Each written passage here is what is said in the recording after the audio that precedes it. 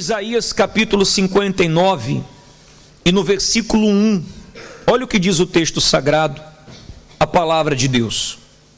Eis que a mão do Senhor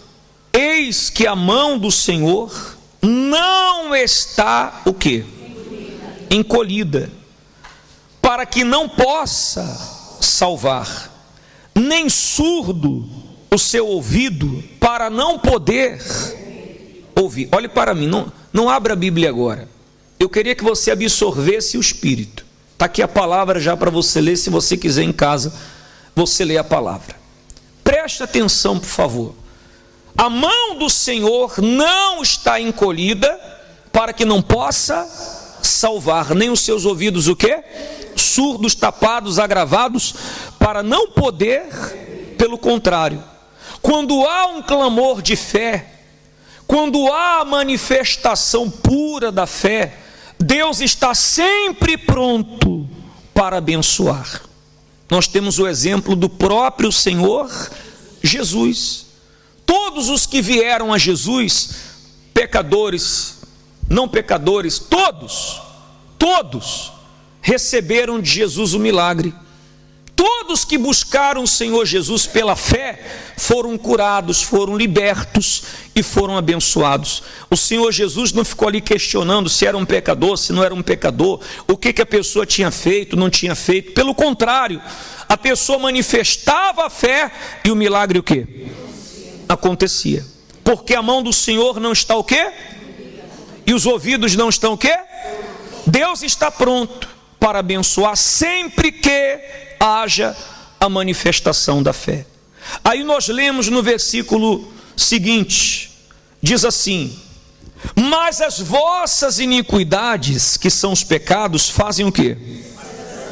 Separação entre vós e o vosso Deus, e os vossos pecados encobrem o seu rosto de vós, para que não vos ouça. Espera aí, pastor, como é que pode? No versículo 1, está escrito que Deus não tem os seus ouvidos tapados, as suas mãos encolhidas, pelo contrário, que Deus está pronto para abençoar. No versículo seguinte, nós lemos aqui que os nossos pecados e iniquidades fazem separação entre nós e Deus. E agora? E agora, pastor? Como é que eu faço? Eu sou um pecador, e quem não é? Tem alguém aqui que não seja um pecador? Ou você é um pecador? Quem é um pecador? Você é um pecador? Todos somos pecadores, mas a diferença está se você é um pecador arrependido. Se você é um pecador arrependido, arrependida, há diferença do pecador que não é arrependido. Porque quando você é um pecador arrependido e você crê na palavra de Deus, as suas iniquidades não fazem separação entre você e Deus. A questão é que nesse momento da manifestação da fé, o diabo, o mal, trabalha com maus pensamentos. O diabo joga na mente da pessoa: mas você é um pecador, você não merece. Eu já ouvi muito isso. Você não merece, fulano, você não merece, Beltrano, você não merece, você fez isso, você falou isso. E o diabo lança essa palavra para neutralizar a nossa fé. Porque pecador todos somos, mas quando há uma manifestação da fé verdadeira, genuína, na palavra de Deus, não interessa se você é um pecador, interessa se você crê. Porque o justo viverá pelo quê? Pela fé. Deu para perceber, sim ou não? Então você veio aqui hoje para uma prova, mas de repente você traz o peso dessa condenação, de repente você traz o peso dessa acusação, daquilo que fez ou deixou de fazer, do pecado, etc. E o diabo que lança esse pensamento para tentar impedir você de manifestar a fé. Porque o diabo sabe que se você manifestar a fé, você sai daqui hoje com a sua vida abençoada, você sai daqui hoje justificado. Deu para entender? Eu tenho um bom exemplo na Bíblia para isso. Vamos ler esse texto aqui. Porque uma mulher cuja filha tinha o quê? ouvindo falar dele, ou seja, ouvindo falar de quem? Naquela época as pessoas não tinham a Bíblia impressa, então a fama de Jesus se espalhava em todo lado. Então as pessoas ouviam falar de Jesus e isso despertava nelas o quê? Uma fé.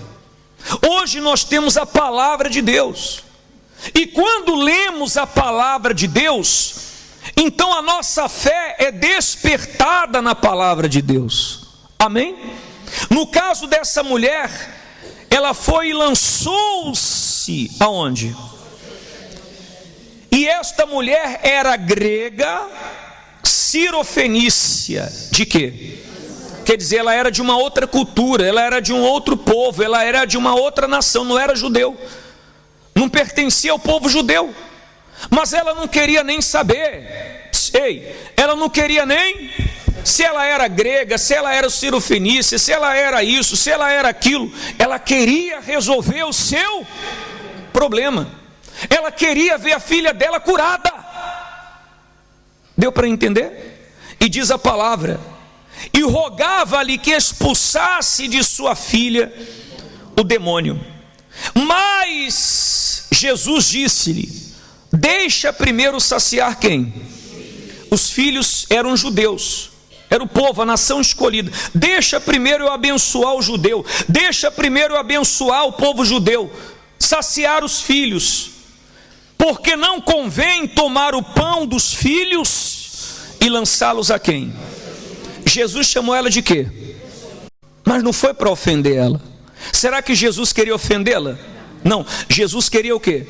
Aguçar, despertar a fé daquela mulher. Ele queria aguçar, despertar a fé daquela mulher na palavra de quem? De Deus. E quando ela recebeu essa palavra, ela ficou triste? Ela ficou chorosa? Ela reclamou? Ela teve maus olhos?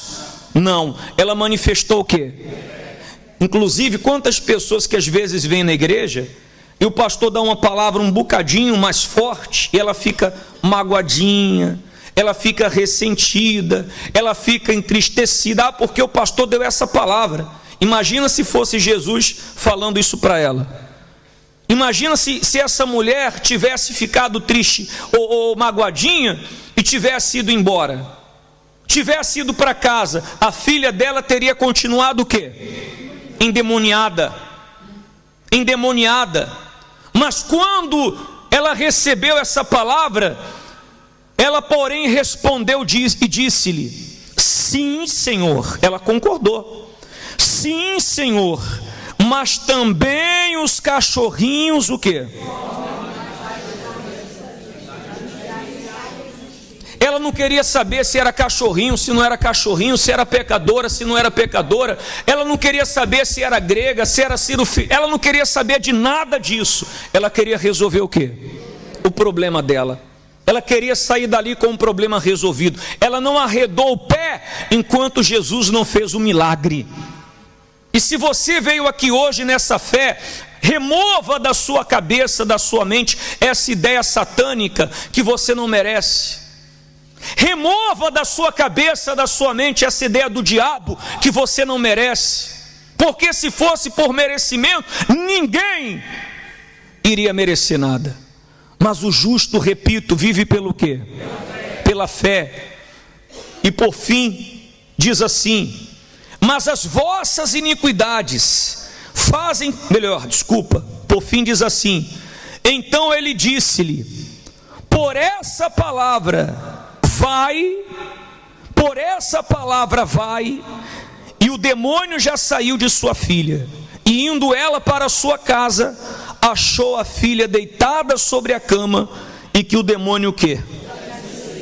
Por essa palavra, quer dizer, por essa fé, você creu, então agora vai, a tua filha está curada. Na hora ela foi para casa, como é que estava a filha dela? Curada, restaurada, e é por essa palavra que você vai ficar curado.